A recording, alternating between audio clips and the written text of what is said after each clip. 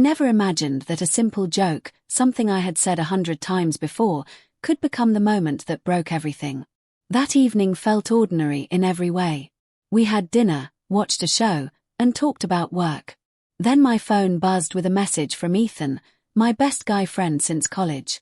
Mark glanced at the screen, and I noticed the flicker in his expression, but I brushed it off. I laughed, nudged his shoulder, and said, "Don't tell me you're jealous again. Come on, Mark. It's cute." I meant it playfully, the same way I always did. But the look he gave me this time wasn't playful. Something had shifted. Something I didn't recognize. His silence stretched between us like a wire pulled too tight. And for the first time, I wondered if I had pushed a little too far without realizing it. Mark didn't respond with his usual sarcastic comeback. Instead, he stared straight ahead, his jaw tightening ever so slightly. I tried to laugh it off, waving my phone like it meant nothing. "Relax. It's just Ethan. You know how he is." But Mark's shoulder stiffened as if my words weighed a ton. The living room suddenly felt too small, too quiet, too tense. I turned toward him, expecting him to roll his eyes or mutter something under his breath. Instead, he stood up slowly like someone who had been carrying something heavy for far too long. I blinked in confusion, not understanding why he was reacting this way. It was just a joke. A harmless, stupid little joke.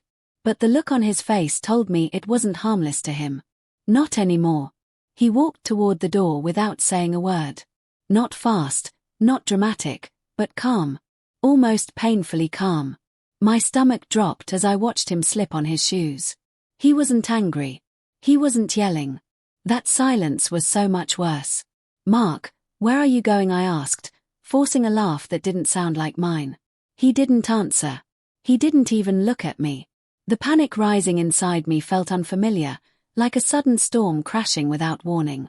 My mind raced through possibilities. Was he upset? Was he leaving for air? Was this a misunderstanding? I stepped forward, reaching for him, desperate to stop him from walking out of the door without explaining why everything felt like it was unraveling in seconds. When he finally turned around, I saw something in his eyes that froze me in place. Hurt, deep, tired, hurt. The kind you don't get overnight. The kind that builds quietly until it finally spills over. "You think it's funny?" he asked softly. Not angry, wounded. I opened my mouth to speak, but he shook his head gently. "Every time you make that joke, it feels less like teasing and more like a reminder that maybe I don't matter as much as he does." His voice cracked slightly and my heart twisted painfully. I had never considered that my teasing, my casual remarks were doing this to him. I had assumed he was strong enough, secure enough, but I had never asked how he truly felt. "Mark, no. That's not what I meant," I whispered, stepping closer. He didn't pull away aggressively, just enough to show that the distance between us was real now. "It was a joke. Ethan is just my friend, you know that."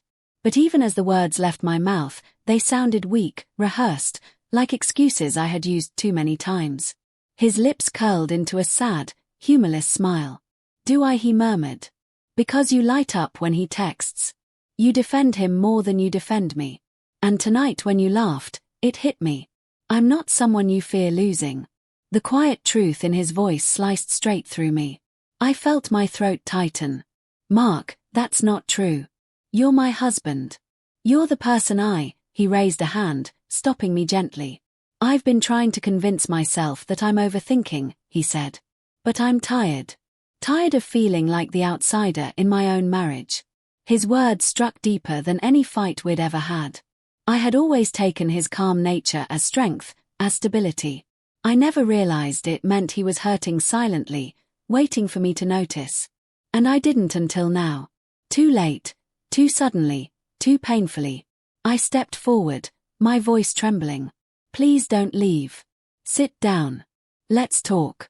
He looked at me with devastation, not anger. "I begged you in 100 silent ways," he said. "Every time I asked if everything was okay. Every time I told you how he made me uncomfortable, you laughed.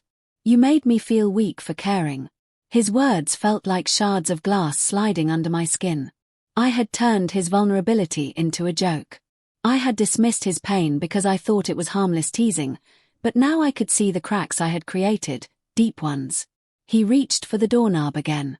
My heart lunged painfully. "Mark, please," I said, the tears finally breaking free. He paused, his hand still on the metal, his shoulders stiff. "I never wanted to be the jealous husband," he said quietly. "I never wanted to control you or tell you who to talk to. But tonight, your joke made me realize something I've been trying not to admit. You don't respect my place in your heart the way I respect yours." His voice shook like someone forcing out truth they didn't want to say. The room swayed around me as his words sank in. When he finally turned to look at me, his eyes were glossy but steady. "I love you," he said softly. "More than I ever said out loud. But I can't keep pretending I'm okay being second." The way he said it, gentle, accepting, defeated, was worse than shouting or slamming the door. It was the tone of a man who had already let go long before he stood up tonight. I reached for him again, but he moved one step back, a distance that felt like miles. My chest tightened so painfully I could hardly breathe. And then he said the words that shattered me completely. "If another man holds the part of your heart that should be mine, then I'm already gone." He didn't shout. He didn't accuse. He simply spoke the truth he had been carrying alone. Then he opened the door. The cold air from the hallway rushed in, making the moment feel even sharper, even more real. He stepped outside, closing the door gently behind him. Not angrily, just finally. I stood there frozen, my tears blurring everything, realizing that my careless joke had cost me something far bigger than I ever imagined. The silence he left behind was louder than any argument because it held the sound of everything breaking at once.